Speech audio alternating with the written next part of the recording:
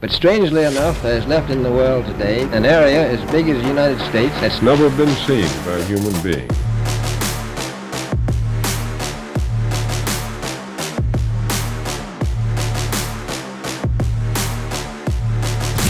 The best is yet to come. It's much harder to fool an astrologer. Why? Because an astrologer has a basic understanding of the cyclical nature of time. Houston, we have a call. We destroyed that technology. People should not be walking around with masks.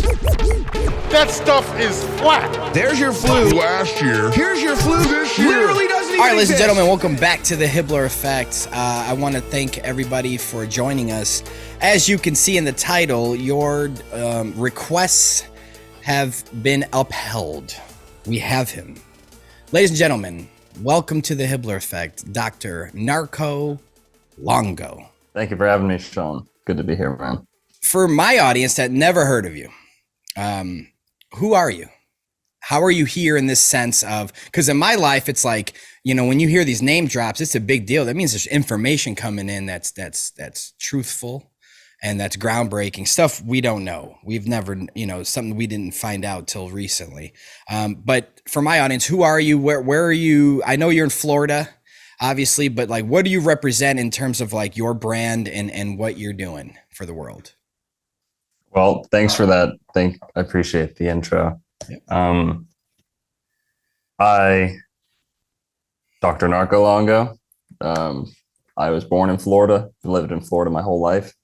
I run the Old World Florida YouTube channel, which I think the description on there is just the hidden history of Florida and the old world.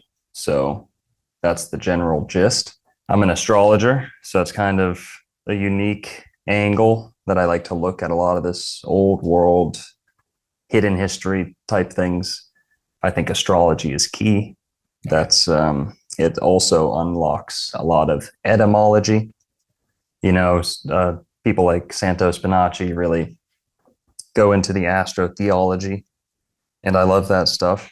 And I feel I've really taken that and am trying to peer into the etymology of words. So I do a lot of word play on my channel, and that's really a amazing system to kind of break open history through, is the astrology and the astro etymology of words and symbols. And I do a bit of holistic wellness, health, fountain of youth type content, spring water, and the benefits of radiation, stuff like that. So, yeah.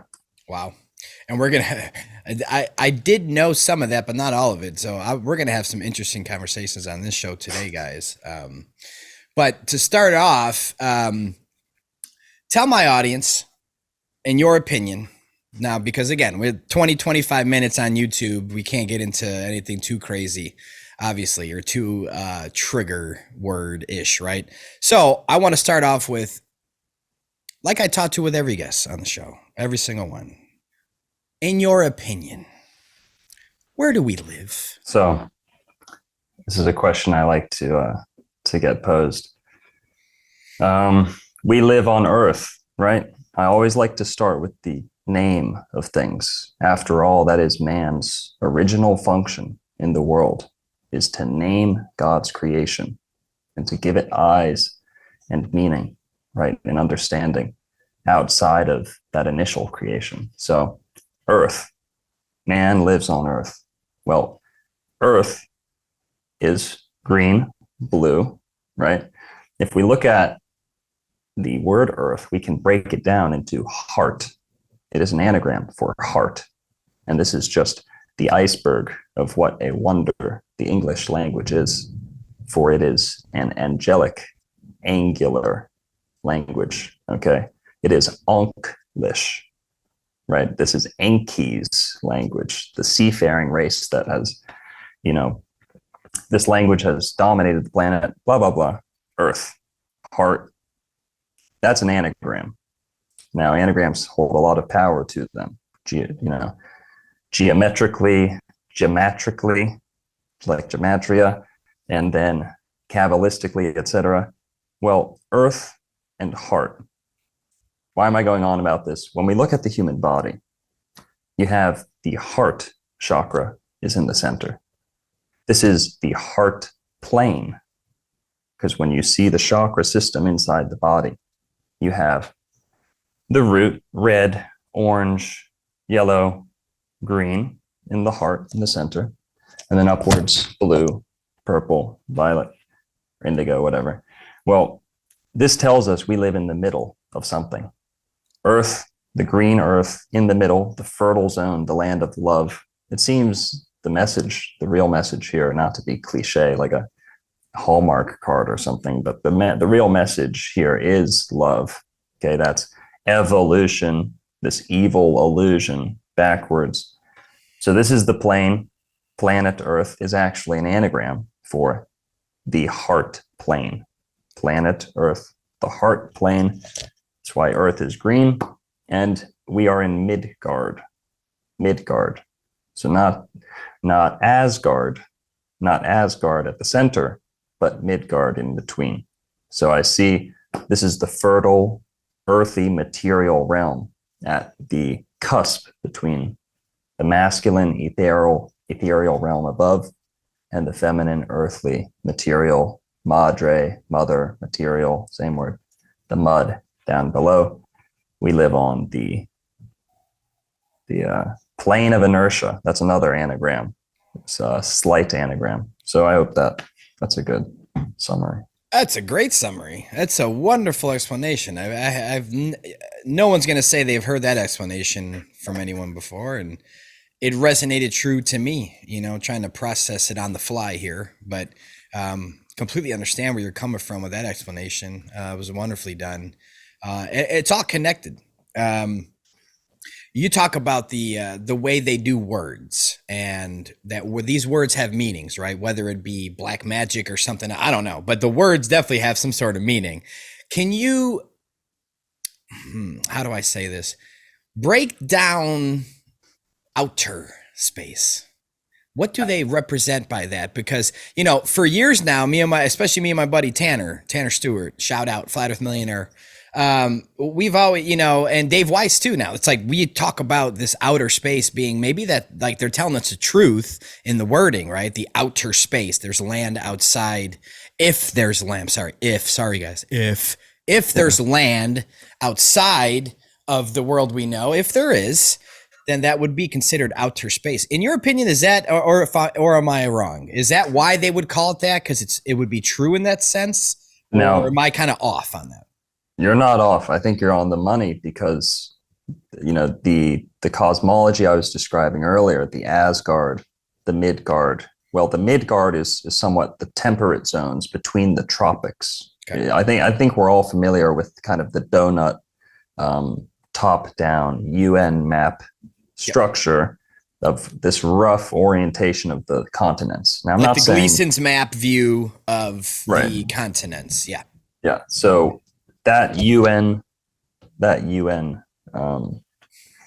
map is basically just the orientation of the continents. We're not saying that's the definitive structure of this realm, but we're using that as a indicator just to operate from there with that in your imagination. Yep. It's going to get a little crude here because some words have been demonized and dirtied. Okay. And we'll get into that. But, that's a word a lot of us end up saying. And why do we always say that word? But as above, so below. Yes. Well, what is the as at the beginning of that sentence? As. This is actually the Viking word for God and holiness. That is that which is higher than anything else. As. This is actually the A to the Z in the entire alphabet. A to Z, alpha and omega, beginning to end. This is the as. Now, this is Asgard, or the Asur, the highest, gods of the pagan realm. Well, not to be crude here, but this is the asshole of the planet, where the sun does not shine, the holiest of the holies. I hope people are cracking up. This is the North Pole. This is the North Pole. And those words have meaning to them. The sun does not shine where? The holiest of holies. These both indicate the most looked down upon part of the human body, but in fact, they actually indicate the center point of this realm, beneath Polaris. Asgard, the garden of Odin, or the original Eden, the four quadrants of this realm, are stationed beneath Polaris. And beneath there is perhaps an actual hole. Some believe there is a hole, some believe there's a mountain. Regardless, if there's a hole there, that would be the holiest of holies, and somewhere where the sun does not shine for much of the year. This is two words that the church took that were the highest in the English or runic prehistoric language on this planet, the angelic language of angels, hell and ass. Now, how do we know those two are connected? And it's funny, right? But hell is the North Pole. As is Helsinki is close to the North Pole. So this is hell, Helsinki, when Atlantis sank and hell froze over. So to tie it all in here, your question about the outer realms, I'm kind of describing the inner realms. Then we get to the Midgard, which is where most of the planet lives today, in the temperate zones, the tropical zones. Then outside of that would be these outer spaces that you were kind of touching on. And I also think there can be distinguished extraterrestrials. Extraterrest means, well, it means to rest on something like land, but terrestrial means land. So extra does not necessarily mean more. It can also mean on top of, or, at the most central location of extra, superimposed on, at the center of, on top of the peak. It's extraordinary, rising above the rest. So that also indicates if there's, you hear words like alien. I like to talk a lot about, here's a keyword that might strike some stuff, but no. I want to Aryan. Yeah. Alien is Aryan. These are the same words. This is why you always have these people from elsewhere. And you go ask any alien, cracked out alien nut believer, and they'll tell you, oh, there's the Pleiadians, there's the Nords, these people, there's the Aryans, there's the vegans, there's this or that. And what were the Nazis into? Aryans and aliens. Well, hello, it's like they're the same thing. They come from the extraterrestrial land, which is closer to the North Pole, this freezing location where people separately evolved at a certain time and basically spread out across this planet. And they were at one time the other people, the aliens, the ones from elsewhere. And certain aspects of that culture that the Third Reich was getting into during World War II, and some of these secret space programs and stuff like that have kind of rekindled much of what was behind this either Aryan diffusion or alien invasion, that you get your Sumerians, your first civilization. We can get into that too, Finnish history and stuff like that. But oh yeah, no. I mean, I know, especially Florida history. That's if I had to say cup of tea, that would be probably your cup of tea, right? It's just history. Yeah. Am I right? Okay. It's like, sure. This guy knows Florida. I mean, to me, once this world comes back to the way humanity wants it to be, and if we do vote for having any sort of leader or any sort of system in the future, this guy should definitely be candidate for the governor or whatever you want to call it, whatever you would call the new title of the state to help out. He knows the history like you wouldn't believe. And that, let's touch on that a little longer before we head over the Rockfin. Especially since it's your cup of tea, it should just roll off. And then on Rockfin, we'll get to some crazy shit that I got planned. Sure. So, but educate my audience on Florida. I know there's some big things to say, Right. Some Mhm. I've heard it out of your mouth before. I'm not going to say them though. You're Right. going to say them. What's up with Florida? What's up with humanity meet Florida? I want to hear this. Yeah. So, what is this strange little peninsula sticking out into the Caribbean, the Gulf, the Atlantic? Yep. Anyone who's interested in history, it really shocks me sometimes that people who get into American history or maybe alternative history, and they're trying to sort things out for themselves as to where did America start, what's the genesis of this culture we know as the United States.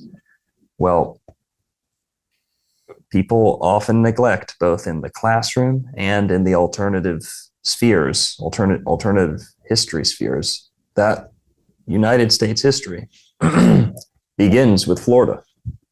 It was Juan Ponce de Leon, allegedly, who set foot in 1512, 1513, around there, and basically explored much of Florida. And that is the genesis of the United States as we know it, beginning with Spanish occupation. Now, right off the bat, there is something very strange that needs to be addressed. Juan Ponce de Leon was not just looking for land. In fact, they already kind of found the land that was rich in ores and produce and stuff like that. Florida at that time, we're told, was just a mucky swamp, right?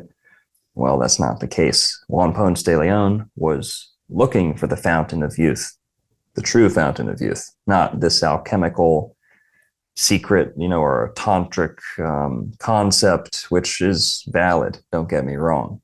But we are, in fact, describing a physical fountain of youth. Now, Ponce de Leon came to Florida with this intent, and just about every academic in the world will try and tell you that's not true. Oh, it's just a myth. Oh, they wove that into the story afterwards. Now, you try and tell that to the state of Florida, who has the highest concentration of freshwater springs in the world, right? These springs were lauded for their benefits right up until 1929. The stock market collapse and kind of the restructuring of the Rockefeller pharmaceutical takeover. My audience knows a lot about that. Well, that coincided with the complete collapse of the Florida spring water tourism industry, where you had the richest people on the planet routinely traveling, about 500,000 a year sometimes. And this was, Civil War days.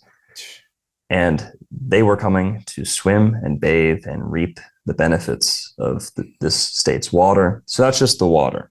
Now, fast forward a little bit. What else were people like, or rewind a little bit, people like Columbus, when they were coming into the Caribbean, Gulf of Mexico, encountering lands, and then would later on settle into Florida, they would regularly remark that this has to be paradise. Man's needs are so well accommodated.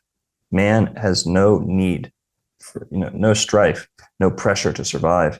The fruit is so bountiful. The flowers so pleasant. The weather so agreeable. People think Florida's hot. I am sorry to inform, many of the viewers, that is actually vicious propaganda. Because if you asked people what's the hottest state in America, Florida, right? Well, I would say Nevada or Arizona. That's my guess. Off the cusp. Death Valley for sure. Florida could be humid in my opinion, but I don't think it gets out of the 90s that often, right? If ever. Oh, you're informed then. You're very informed, because most people will kind of rattle off this misinformation. I'm not most people, so yeah, I get it. No, you're for right. sure. Most people will think it's reaching triple digits all summer long and mosquitoes are biting the shit out of you. Yeah, I get it. Yeah. So Miami has only ever gone over 100 degrees once in recorded history. Oh, one time. One time ever. Wow. Recorded it. Everyone can look that up for themselves. Instances of heat exhaustion, heat sickness in Florida, heat stroke are at almost a minimum, compared to states like Colorado, Nebraska, Real have temperatures of 115 every single year. People drop dead from the heat alone. So 99.99997%, like the flu. Yeah. Same survival rate. You're not going to die from it. So what we're getting at here is we're tossing around this idea. Florida has these Edenic qualities. The Gulf of Mexico is one of the most hospitable places on the planet for a human being. Now, the Fertile Crescent, which we're told is in Mesopotamia, Eurasia, is neither fertile or crescent shaped.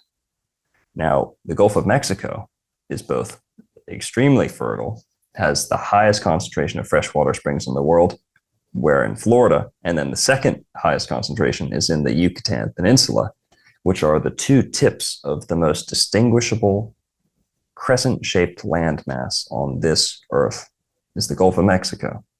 Now, that's just a little kind of analysis of that phrase. Well, what if I told you 1936, Florida's Republican candidate for governor, E. Calloway, declared, he asserted, and he had the evidence to back it up, that Florida is the true Garden of Eden. Now, Garden of Eden, that's another one of those phrases where, are we denying any possible allegorical, metaphysical interpretation of that phrase, Garden of Eden? There's many interpretations. Yeah. We're not discounting any of those. We're simply saying, if it were a true literal place, it is virtually impossible that were actually Iran, Iraq, Jordan, pieces of Turkey that we're told were in the Bible, the true Mesopotamia. This is not the case. Okay, those places are inhospitable. They're largely barren, unless you go up into the mountains, which are too cold for Adam and Eve, who had no clothes, no fire. Florida is perhaps the only place in the world where people can live completely comfortably. Now, butt naked. Now, not many people do it. You won't find me doing it, but it can be done. And yeah, I would agree. There's probably other spots. I would say, even though I live in Cali, I'm not a fan of Cali overall, but I think the weather here has been pretty livable, like in that sense. But I know that Florida gets humid a little, but I'm from Chicago, so I used to deal with that growing up. So like nothing bothers me. I was in Nevada for 1 year, then never again. That's another thing. If I lived in Florida, so I understand what you're preaching, because I would be the first to be like, dude, it's not hot, because I lived in Nevada. That's hot. It's hot in Nevada when I first got there, dude, and I didn't realize, okay, hey, it's 110 during the day. You ain't doing shit outside. You're not doing anything outside. You're forcing yourself just naturally to go inside the air conditioning, which is not good for you. Okay, you should be outside. So it forces you to stay inside. And then at 10 p.m. when it's like, hey, let's go hit the town, it's still 100 degrees. And you're like, what is going on? I thought it was going to cool down, like it's nighttime. Nope, not like that. So it's not, I get you, man. Florida's not hot. What do you say about the humidity? Not humid either to you?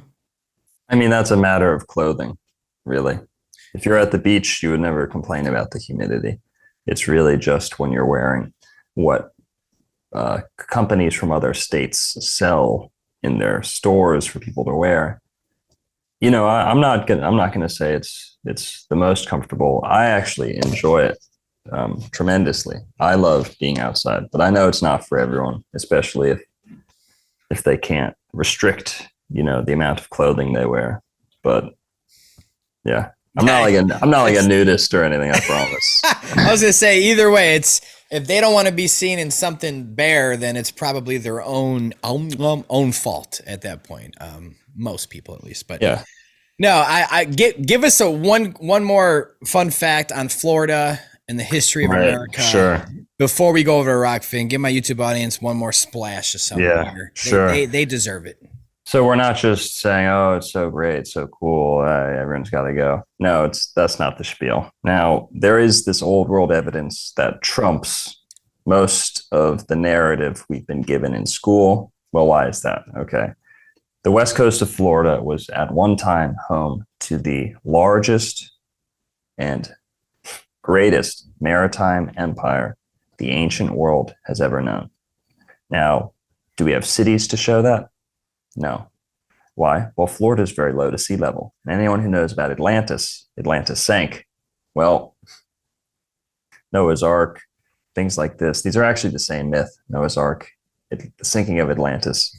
We can get into that. But you have ancient stone anchors that were at one time tied to the largest ships, ark ships, on par with Noah's Ark, that are today scattered all across the west coast of Florida, with their highest concentration around Tampa Bay.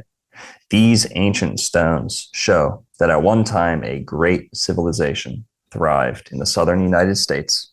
Now that flies in the face of pretty much all mainstream academia, but the stones in Florida prove it. They're featured in a couple of my videos, one of my documentaries. The Saxer stones is what these are called, discovered by John Saxer. And go check them out. They tell a pretty incredible story, these stones. And what I was getting into with E.E. Calloway, he declared this to be the Garden of Eden. Well, why? Because he found petrified gopher wood. So we have ancient stone anchors that belong to ancient giant ships that are yet to be explained. And then you have this man, E.E. Calloway, explaining petrified gopher wood, which only grows one place on the planet, which is northwestern Florida, and a little bit into Alabama and Georgia. Along the Apalachicola River, there's your Apple of Eden, the Apalachicola River, and right there is where gopher wood grows. It doesn't grow anywhere else in the world. This is the specific wood that God told Noah to build the ark out of. So this is the basis for some of these theories. So you got the wood for these giant ships, extra buoyant wood, can't be replicated. And you have the giant anchors. I hope people are seeing the puzzle we're kind of piecing together here in terms of this old world hidden history. And there's some Moorish, Phoenician, and that all goes back to the Atlantean secrets of the Gulf of Mexico. And that's another thing I want to get into when we're going to head over to Rockfin here is the Moore family and what that pretty much disintegrates, if true, probably true. Yeah. But guys, let's head over to Rockfin. I want to thank you for joining us on the YouTube edition of the Hibbeler Effect. Thank you to Dr. Narco Longo for joining us, and we will see you over on Rockfin, guys. See you there.